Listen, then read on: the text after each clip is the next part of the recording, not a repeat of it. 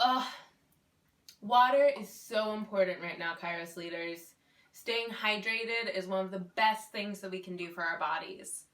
Hydrating other creatures is also a really good thing that we can do for the earth right now and for our non-human friends. So today we're going to quickly talk about how to make a bird or a bug or a bee bath so that the little critters can also hydrate themselves and stay healthy during this time.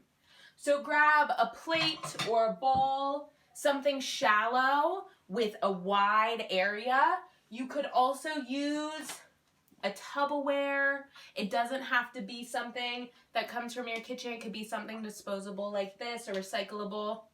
You're going to take a rock, ideally. If you don't have a rock, that's okay. And place it in the middle. This will be something for the little birds and the bugs to land on so they have a resting place. Take some cold water from the tap. Fill it up. And now, either you or someone else in your house, you can ask someone else to put on a mask to stay safe.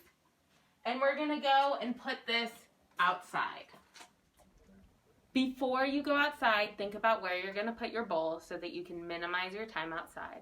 You can put it anywhere at all. You can put it on a windowsill, on a doorstep, underneath a bush. You can hang it from a tree. You can put it in your yard. I am going to go outside and put it by my flowers. So I'm going to go next to our calendula flowers right here. I already have one water bowl, and I'm going to put out another one.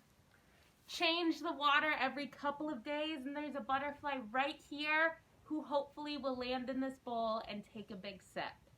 Take care of yourselves, keep yourself hydrated, keep your plants hydrated, and keep your non-human critters hydrated. You all are amazing. Thanks for helping out.